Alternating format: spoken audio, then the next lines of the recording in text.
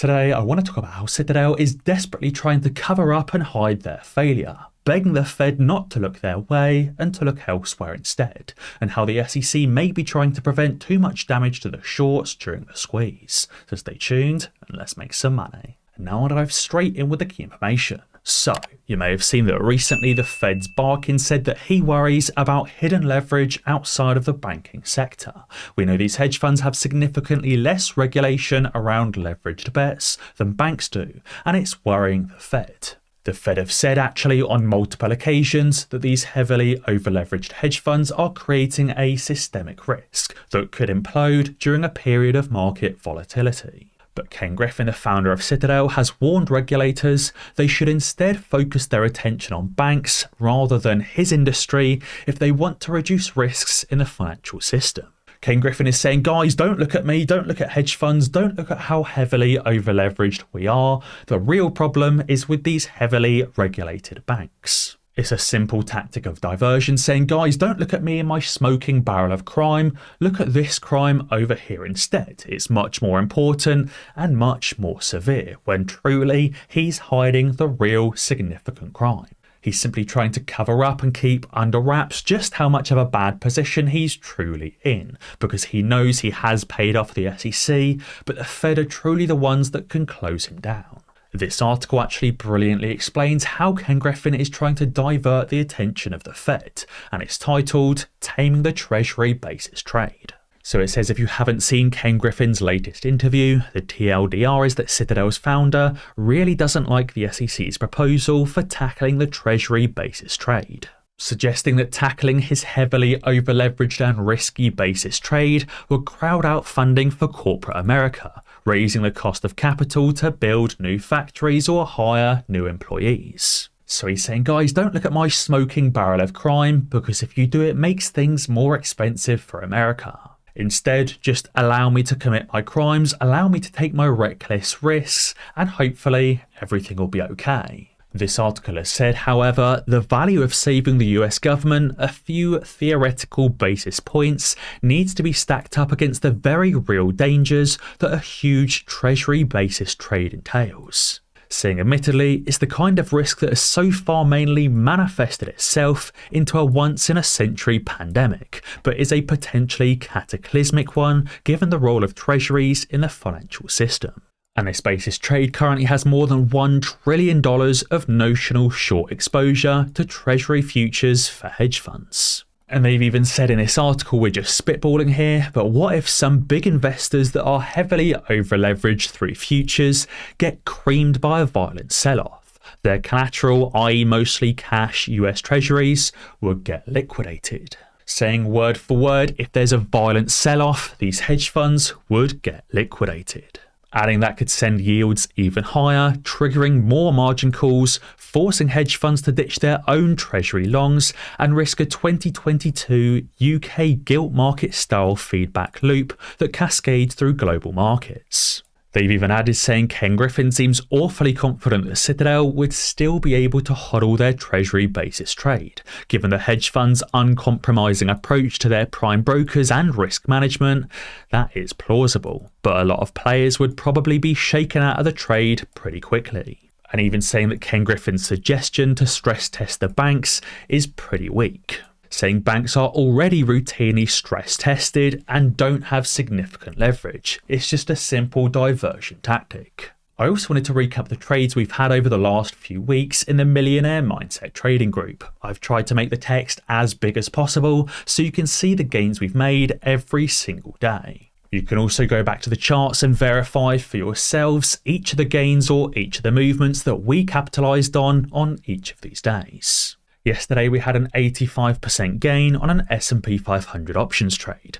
On Monday, a 225% gain on LIFW. Tuesday, a 75% gain on PXMD, and that was just the gains from this week.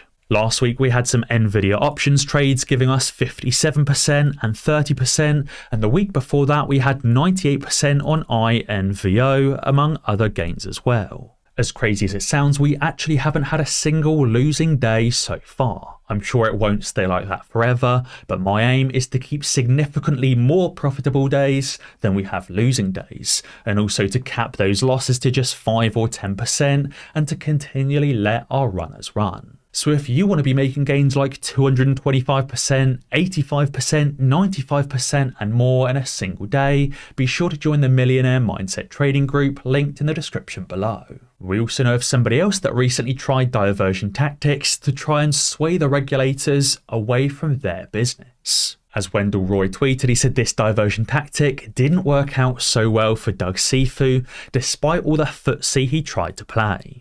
Doug Seifu was even trying to call Hester Peirce an absolute queen, saying your dominance of the SEC is humbling to watch. But just a few months later, Virtue obviously got roped up in that massive scandal. Virtue had been for years selling private customer data and even making money off the back of their own customers. Again, Doug Seifu was trying his best to divert regulatory attention away from his business to no avail. But as I said, it seems even the SEC may be trying to prevent too much damage to these hedge funds by allowing FTX to continue and likely restarting that spiral of tokenized securities. SEC Chair Gary Gensler has said FTX crypto exchange can be rebooted under new leadership.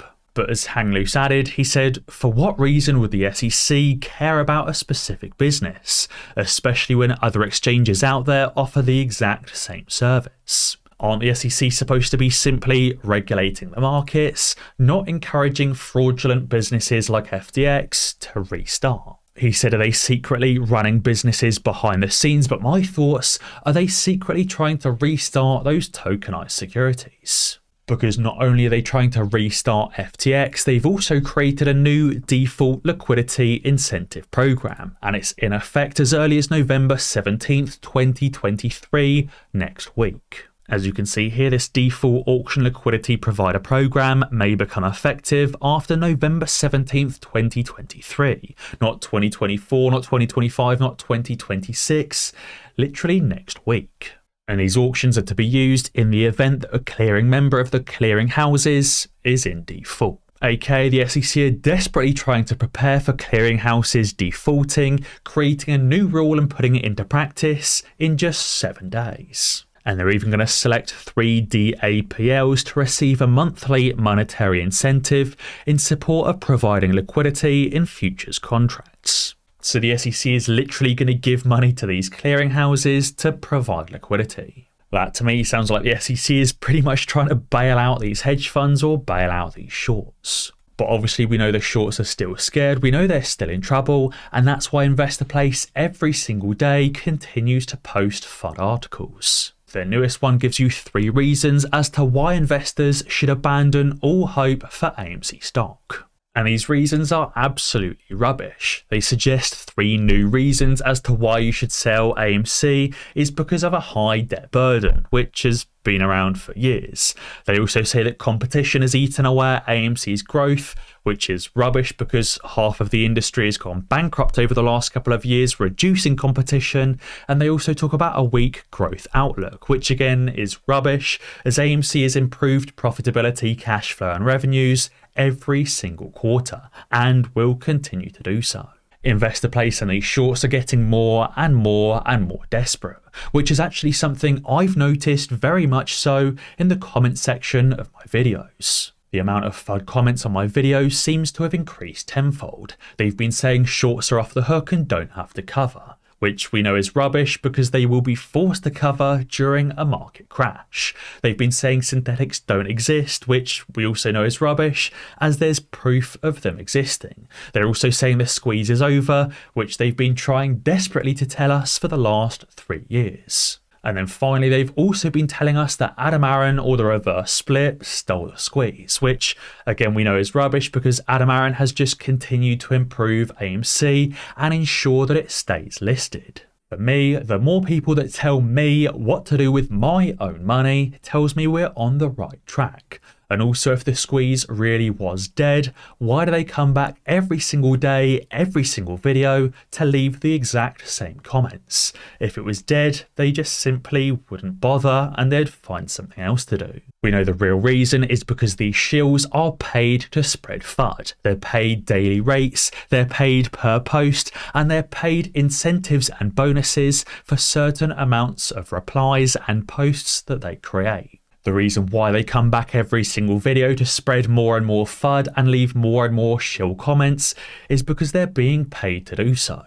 And it's likely these shorts have just taken on even more paid shills, and that's why the number of FUD comments has increased. But guys, be sure to let me know what you think down in the comments below. And as always guys, be sure to ding that notification bell, because that way you'll be alerted when I upload a new video. Cheers.